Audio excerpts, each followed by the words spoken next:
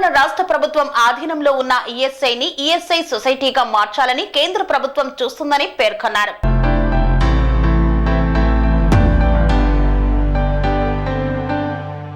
తెలంగాణ రాష్ట్ర ప్రభుత్వం ఆధీనంలో ఉన్న తెలంగాణ ఈఎస్ఐని ఈఎస్ఐ సొసైటీగా మార్చాలని కేంద్ర ప్రభుత్వం ప్రయత్నం చేస్తుందని ఈఎస్ఐ జేఏసీ నాయకులు పేర్కొన్నారు. కేంద్ర ప్రభుత్వ నిర్ణయాన్ని నిరసిస్తూ తెలంగాణ ఈఎస్ఐ జేఏసీ ఆధ్వర్యంలో నాచారం ఈఎస్ఐ హాస్పిటల్లో సిబ్బంది నల్ల బ్యాడ్జీలు ధరించి నిరసనను తెలిపారు. ఈ సందర్భంగా జేఏసీ చైర్మన్ డాక్టర్ చీమా శ్రీనివాస్ మాట్లాడుతూ రాష్ట్ర ప్రభుత్వం ఆధీనంలో ఉన్న ఈఎస్ఐను నిర్వీర్యం చేసే కుట్రలను కేంద్రం వెంటనే నిలిపివేయాలని, అనేక కేంద్ర ప్రభుత్వ రంగ సంస్థలను కేంద్ర ప్రభుత్వం ప్రైవేటీకరణ చేస్తూ ఉద్యోగులకు వ్యతిరేకంగా పనిచేస్తుందన్నారు. ఉద్యోగ వ్యతిరేక వైఖరిని విడనాడాలని కేంద్ర ప్రభుత్వాన్ని హెచ్చరించారు. ఈఎస్ఐ ఆచారం హాస్పిటల్ ఉద్యోగులందరికీ కూడా ఈఎస్ఐ జేఏసీ తరఫున ఉద్యమాభివందనాలు. మిత్రులారా, ఈరోజు ఈ యొక్క ప్రొటెస్ట్ కార్యక్రమం ముఖ్య ఉద్దేశం ఏంటంటే కేంద్ర ప్రభుత్వం తెలంగాణ రాష్ట్ర ఈఎస్ఐని తమ ఆధీనంలో తీసుకోవడం కోసం సొసైటీ పేరుతో కుట్రలు చేస్తుంది. వాటిని వెంటనే విరమించుకోవాలని కేంద్ర ప్రభుత్వాన్ని డిమాండ్ చేస్తూ, అదేవిధంగా ప్రీత ముఖ్యమంత్రి రేవంత్ రెడ్డి గారికి విజ్ఞప్తి చేస్తూ ఈ యొక్క కార్యక్రమాన్ని నిర్వహిస్తున్నాం. ఈ కార్యక్రమానికి హాజరైనటువంటి ఈఎస్ఐ జేఏసీ నాయకులందరూ కూడా ఉద్యమాభివందనాలు. ఈ సందర్భంగా తెలంగాణ ప్రభుత్వం ఒకటే విజ్ఞప్తి చేస్తున్నాం. ఈరోజు కేంద్ర ప్రభుత్వం అన్ని రంగాలని కూడా ప్రైవేటీకరణ చేస్తుంది. దానిలో భాగంగానే తెలంగాణ ఈఎస్ఐని కూడా తమ ఆధీనం తీసుకోవడం కోసం సొసైటీ పేరుతో కుట్రలు చేస్తుంది.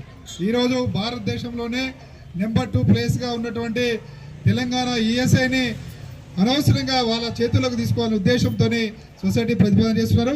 ఈ సొసైటీని ఈఎస్ఐలో ఉన్నటువంటి వేలాది మంది ఉద్యోగస్తులందరూ కూడా ఖండిస్తున్నారు.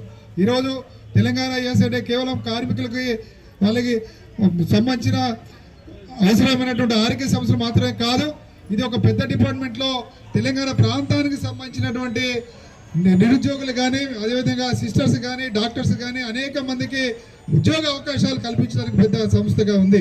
అది రేపు సొసైటీ అయితే ఇక్కడ తెలంగాణ ప్రాంత ప్రజలకు తీవ్రమైన అన్యాయం జరుగుతుంది. కాబట్టి తెలంగాణ ప్రభుత్వం కూడా ఆలోచించాలి. ఈ సందర్భంగా కేంద్ర ప్రభుత్వానికి ఈఎస్ఐకి ఒకటే హెచ్చరిక చేస్తున్నాం. మీరు కుట్రలు చేసేది తెలంగాణ ప్రాంతానికి సంబంధించిన ఈఎస్ఐ మీద, మరి మీరు ఇక్కడ మా మీద కుట్రలు చేసుకుంటూ ఇక్కడ మీరు ఎట్లా నడుపుకోగలుగుతారో కూడా ఒకసారి ఆలోచించుకోవాలి. మీ ప్రతిపాదనని వెంటనే విరమించుకోవాలని, అదేవిధంగా మరీ ముఖ్యంగా ప్రిన్సిపల్ సంజయ్ కుమార్ గారు కూడా ఈఎస్ఐకి తొత్తుగా వ్యవహరిస్తున్నాడు. కాబట్టి సంజయ్ కుమార్ గారిని కూడా హెచ్చరిక చేస్తున్నాం. మీరు కూడా ఒక ప్రభుత్వ ఉద్యోగాల విషయాన్ని మరిచిపోవద్దని కూడా, వేలాది మంది ఉద్యోగుల జీవితాలతో ఆటలు ఆడుకోవద్దని కూడా ఈ సందర్భంగా హెచ్చరిక చేస్తున్నాం. ఈ యొక్క ప్రతిపాదన విరమించుకోకపోతే త్వరలో స్ట్రైక్ నోటీస్ కూడా ప్రభుత్వానికి ఇస్తాం. తప్పకుండా ఈఎస్ఐ సంబంధించిన ఉద్యోగస్తులందరినీ, తెలంగాణ ప్రాంతంలో ఉన్నటువంటి ప్రజాప్రతినిధులు అందరినీ కూడా కలిసి ఈ యొక్క ఈఎస్ఐ సొసైటీ ఏర్పాటుని అడ్డుకుంటామని కూడా ఈ సందర్భంగా తెలియజేస్తున్నాం. Thank you. ఇప్పుడు మోతద గారు. Good afternoon everybody. Already Jima sir has told everything in detail. So my single line statement is we oppose formation of society. Thank you.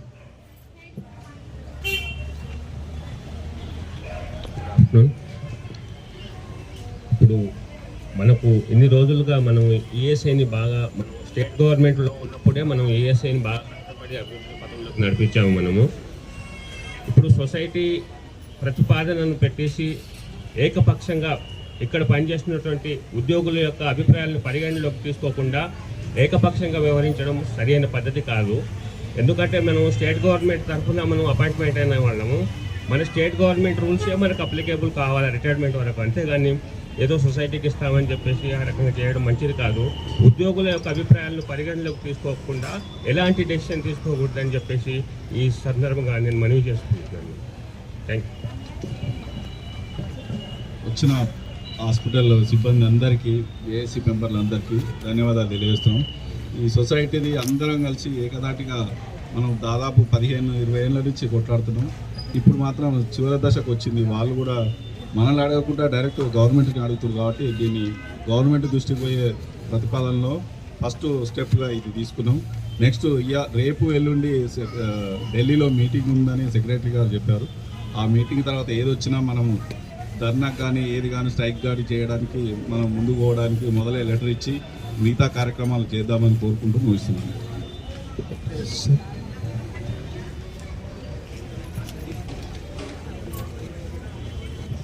Good afternoon అండి అందరికీ. ఈఎస్ఐ స్టేట్ గవర్నమెంట్లో ఉద్యోగం చేస్తున్న ప్రతి ఉద్యోగికి ఇక్కడే పనిచేయడానికి మనకు సర్వ హక్కులు ఉన్నాయి. ఎందుకంటే మనం మెడికల్ డిపార్ట్మెంట్ త్రూ అందరం అపాయింట్మెంట్ అయ్యాము.